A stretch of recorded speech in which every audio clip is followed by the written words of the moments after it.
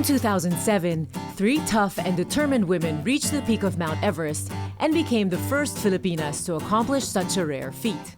One of them was an unassuming Visayan girl who decided to take her achievement several summits further. It began when she reached the peak of Mount Denali, Alaska in 2006. And in 2018, Carina Dayondon became the first Filipina and the third Southeast Asian woman to climb the 7 summits, proving there's no mountain high enough to keep Pinays from reaching our dreams.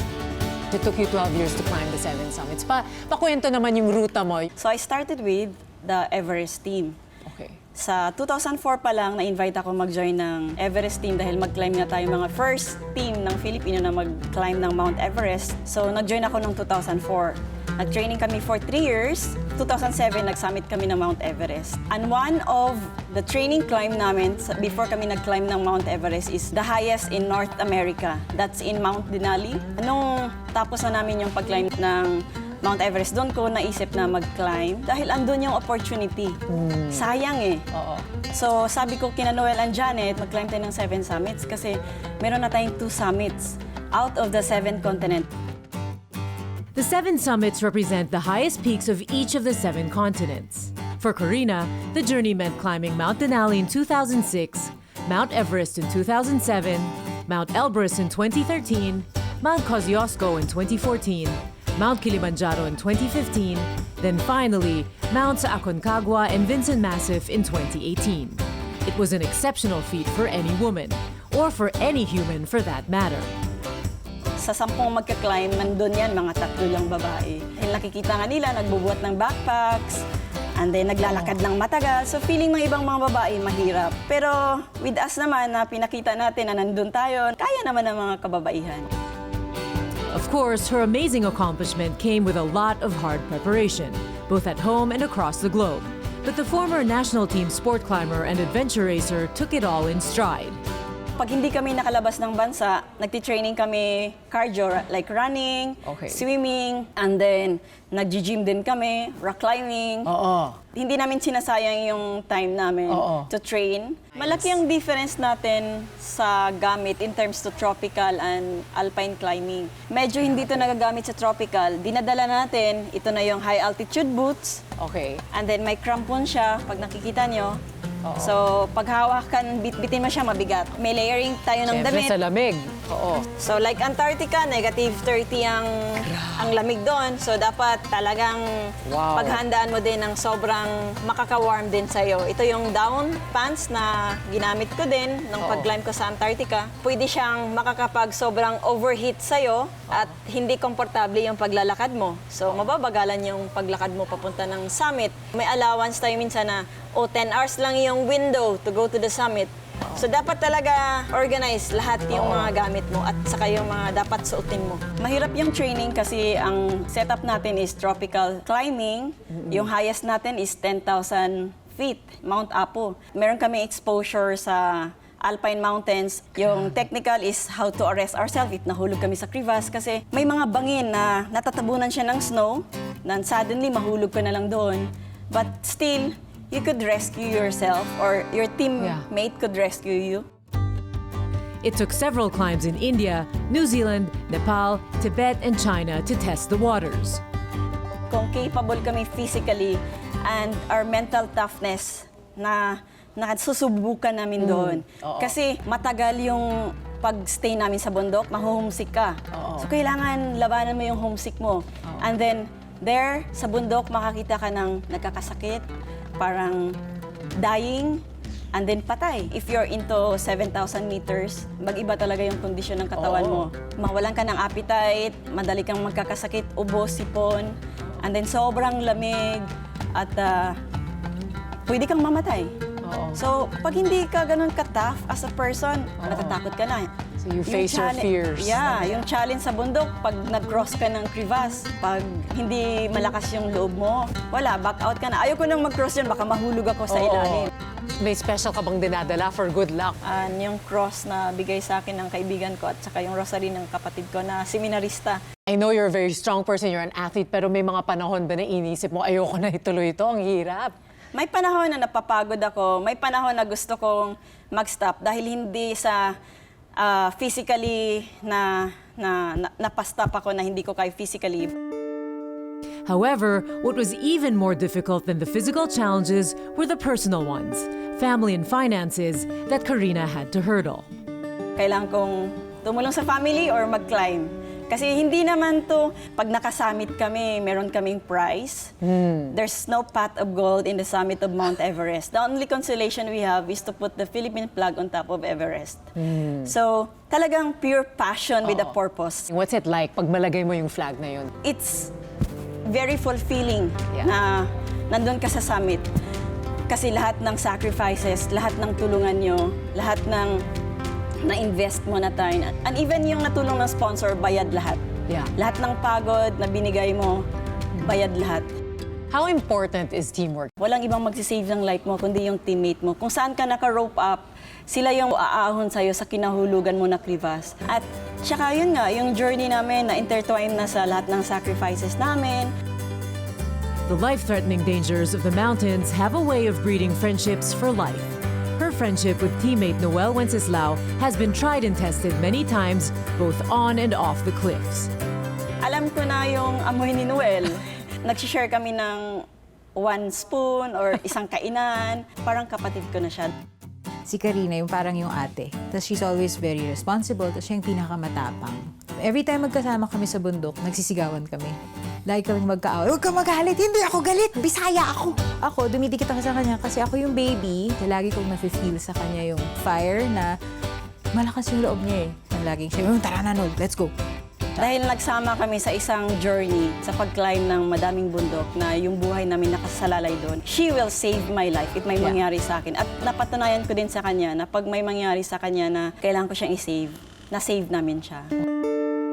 To Carina, the 7 summits were like new acquaintances, with their own quirks and personalities, presenting their unique sets of challenges that she had to approach differently on every climb. If sasabihin ko lahat na experience, baka kulang yung episode. Kulang na ko. kulang ang oras. So, magpili lang ako like Mount Denali. We're supposed to be there 18 days, but nag-32 days kami sa bundok. Dahil naghintay kami ng pinaka-safe window para makasummit. 6 attempt kami bago kami makaakyat ng bundok. So, nauubusan na kami ng pagkain. It took the team's inbred Pinoy humor and friendliness to get them through that near-impossible ascent to the peak of Mount Denali. Siguro nagtaka ka paano kami nag-survive. Yes. Mapalakaibigan tayo mga Filipino. Ang dami namin nakaibigan sa camps.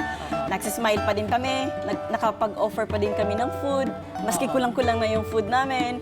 So, nung nag-give up na sila ng expedition nila, sila lahat ng supplies binigay sa amin. Wow. So, nag-survive kami doon. Yeah. And then, luckily, nakapag-summit.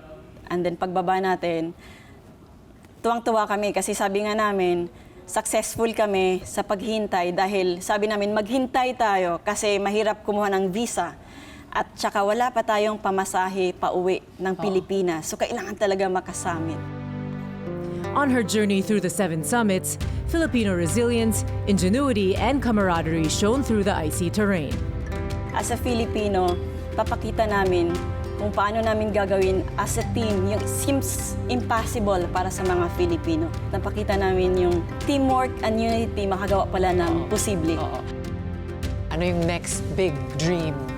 Given a chance, North Pole and South Pole. We can finish the 3 poles because meron akong 1 pole lang. Mount Everest kasi 1 pole na yun siya.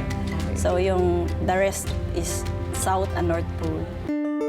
Nung nag-climb kami ng Mount Everest, hindi naman siya about conquering eh. We conquer just our own selves, limitations and hesitation, doubts.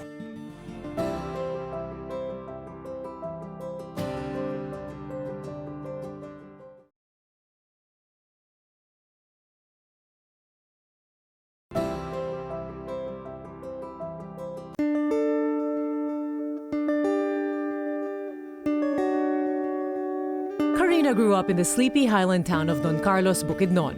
Hers was a childhood in a humble home of 15 children. Umakyat ng mga puno ng prutas, puno ng niyog. Madaming kapatid, masaya. In the later part ng paglaki ko, medyo mahirap kasi andun yung responsibility. Pang-apat ka, no? Pang-apat ako eh. Kailangan mo maging model, maging maayos na sister sa kanila. Nahirapan kaming mag-continue mag-aral. Pero syempre, kinontinue ko pa din yung pag-aaral ko kasi gusto kong makatapos ng college at makahanap ng trabaho at makatulong sa mga kapatid ko. I'm a believer na kung makatapos ako ng pag-aaral, maahon ko sa hirap yung mga kapatid ko. Sa tingin mo ba nakuha mo yan rin sa mga magulang mo? Laking tulong ng parents sa akin sa pag-mold nila kasi yung good values, nagagamit ko yun nung time na lumaki ako. Disiplina, yung love sa kanila, yung respeto sa kanila. Love sa God, and then yung pagmamahal, pag-aaruga sa mga kapatid. And pagmamahal sa sarili. Kasi how can you love others if hindi ka mag-start mag-love sa sarili mo? She craved adventure and the outdoors at an early age. Grade school exposed her to the Girl Scouts, which eventually led her to mountaineering in college. Then, more extreme sports like rock climbing and adventure racing later on. When I was a full-fledged member ng mountaineering club na yun, nag-open yung opportunities, magiging member ako ng Philippine team ng sport climbing. Nag-train ako ng maigi, and then nakapag-compete ako around Philippines and outside the Philippines sa China. It was in one of her adventure races that she met Mount Everest expedition leader Art Valdez. He saw her potential and invited her to join his team of mountaineers. Sobrang ma-excite ako nung time na yon kasi kakagraduate ko lang ng college. And then dumating tong na-invite ako sa Mount Everest. Excited ako, makakita ako ng Manila. So makapasyal dito, di ba? Hindi ko naman ipagkakailan na galing sa probinsya, ma-excite talaga ako makakita ng mga buildings, makasakay ng train, libreng eroplano. So yun ang initial. Yung experience. Oo, na naisip ko. But she was devastated when hard times struck her family. Her father had lost his job, and their home was facing foreclosure. Carina was afraid her snow peak dreams would have to be put on hold. Doon ko na din naisip na baka mag-stop na lang ako sa team. Kasi yun nga, may challenge akong hinaharap. To go on sa pag-training para mag-climb ng Mount Everest or babalik sa probinsya, maghanap ng trabaho. Kasi kakagraduate ko lang, expected sa akin tumulong sa family. Mga kapatid ko hindi na nakapag-aral. So anong pipiliin mo, mag-Everest or tumulong sa family? Sabi ko, Lord, gusto kong mag-climb at gusto kong tumulong sa family. Please give me a sign to stay with the team. The next few days, nag-join kami ng adventure racing. Nanalo kami ng 1 million. Yung share ko, pinadala ko agad sa parents ko. How did the Mount Everest experience change your life? Ang daming natulong sa akin ang Mount Everest. Nandun yung lalong pagrespeto ko sa inang kalikasan, sa bundok. Noon kasi sinasabi nila, we will conquer that summit. Nung nag-climb kami ng Mount Everest, hindi naman siya about conquering eh. We conquer just our own selves, limitations and hesitation, doubts sa bundok. Kung mag-storm yan in a day, Wala, yeah. in a second pwede kang mamatay. A challenge greater than Everest awaited her as she reached her 5th summit, Mount Kilimanjaro. Diagnosed with cancer 3 years earlier, her sister Heidi's health had taken a turn for the worse. Si Heidi, nagkasakit siya 2012. Cancer, no? She had... Yes. Bago lang ako nag-graduate as an officer trainee sa Philippine Coast Guard. Ang daming realization nung nagkasakit siya. Yung nasa ospital siya, sobrang tapang niya, hinarap niya yung lahat ng challenges. Magpa-opera, and then after that, ma-discharge, and then nag-recover. Parang, wow, ang tapang ng kapatid ko. Hindi ko kaya yung hinarap niya na challenge.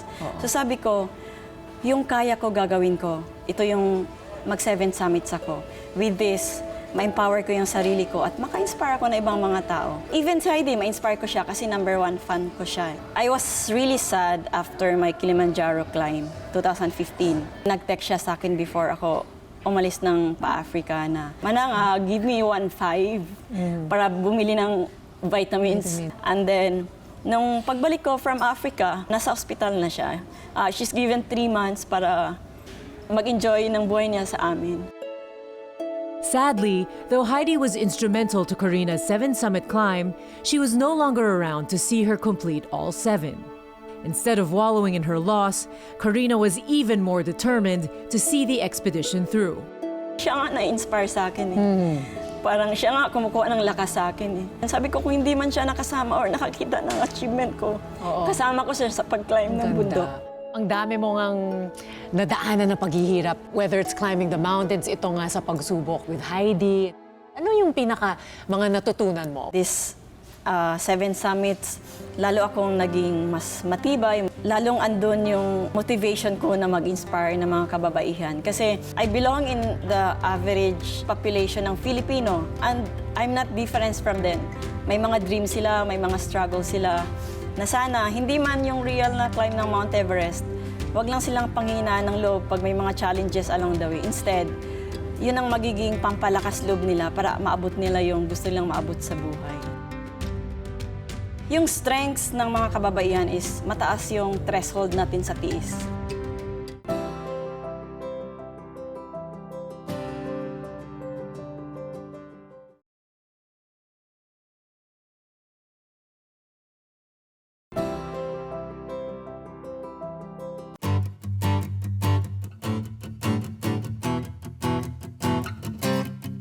Watching her traverse heights with such ease, I feel I'm in the presence of a woman who has struck that exceptional yet essential balance of grit and grace. It's what got her through the 7 summits. Sobrang naiyak ako nung hinawakan ko yung flag natin. Nandun ako sa summit, sabi ko, to all the Filipino and especially the Filipina, this is our early gift for you, signaling the end of the journey ng Filipina on her 7th summit. With this, standing in Mount Benson symbolizes the unsinkable spirit of a Filipina. Mula yan sa puso at yun talagang naranasan ko na if you're positive at maniwala ka sa sarili mo, mag-a-attract siya ng mga tao na maniwala din sa'yo eh. Dapat maging positive ka eh. It starts with the person himself. Yes. Na dapat magtiwala mo na siya sa sarili niya at sa dreams na maging posible. Her faith in herself has taken her many places. Aside from hurdling the challenges of the mountains, she's even survived the power of the oceans on a balangay expedition. Nothing seems to faze her. Bakit mo ginagawa yung mga to? Or is it about adventure? I know, sabi mo, hindi yung financial rewards. Malaki ding tulong sa akin ang former namin na expedition leader, si Sir Art Valdez. Hindi lang siya about adventure because we're mountaineers. This is our passion. We do this with a purpose, yung magbigay ng inspirasyon sa mga Filipino. With our passion, we can inspire a lot of Filipinos.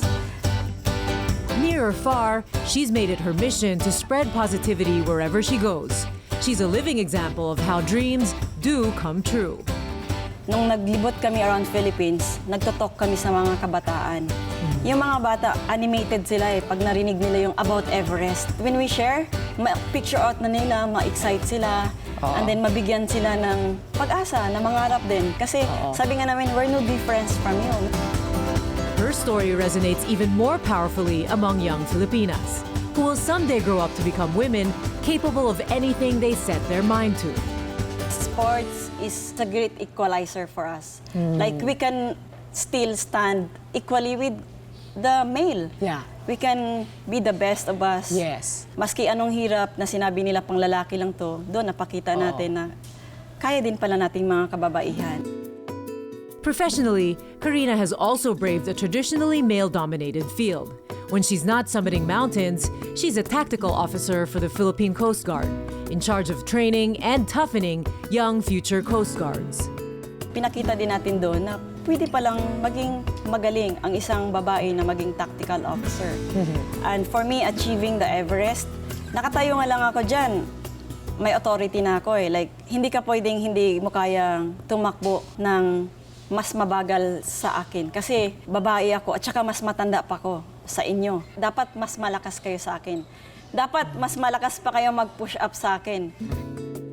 Here, we have a Filipina who's not actually from the metro, but from so far away. And she's not really the academic woman. Pinakita mo, wow, you can hit a world record beyond color, beyond academic standing. It was just a persistent spirit. And fortunately, it was a woman, a Filipina. Taking the road less traveled for women may seem like an uphill climb. But Carina has proven that we Filipinas can accomplish anything we set our hearts and minds to. Yung strengths ng mga kababaihan is mataas yung threshold natin sa tiis. Hindi kami masyadong mareklamo eh. Matagal kami doon sa bundok, hindi kami nakakaligo ng 3 months. Hindi komportable yung pag-ihi namin. That's beyond our comfort zone. Yeah. Diba? Kami yung mas organized pa. Sanay kami mag-impake ng maayos. Or tinutulungan namin sila para tama yung pagka-budget ng food na ipapack namin.